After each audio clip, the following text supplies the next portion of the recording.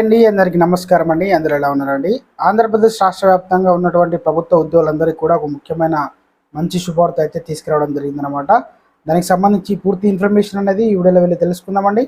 ముందే వీడియో చూసిన ప్రతి ఒక్కరు కూడా వీడియోని తప్పకుండా లైక్ చేయండి. చాలామంది వీడియోస్ ఉన్నారు కానీ సబ్స్క్రైబ్ అయితే చేసుకోవడం లేదండి. దయచేసి సబ్స్క్రైబ్ చేసుకోండి, సపోర్ట్ చేయండి. తోటి మిత్రులందరూ కూడా వీడియోని షేర్ చేయండి. వివరాలకు కనుక వెళ్ళినట్లయితే అమరావతి సచివాలయ ఉద్యోగులకు ఇక డిస్కౌంట్.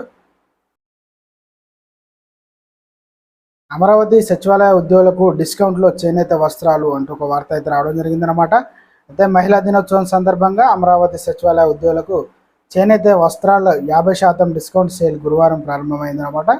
అయితే సచివాలయ 3వ బ్లాక్లో ఉన్న ఆప్కో షోరూంలో ప్రత్యేక కౌంటర్ను మంత్రి సంధ్యారాణి, ఎమ్మెల్యే బండారు శ్రావణి కలిసి మంత్రి సబిత ప్రారంభించడం జరిగిందనమాట.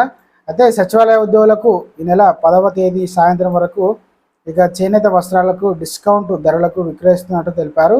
ఈ అవకాశాన్ని కేవలం ఉద్యోగులకే వినియోగించుకోవాలని కూడా చెప్పడం జరిగిందనమాట.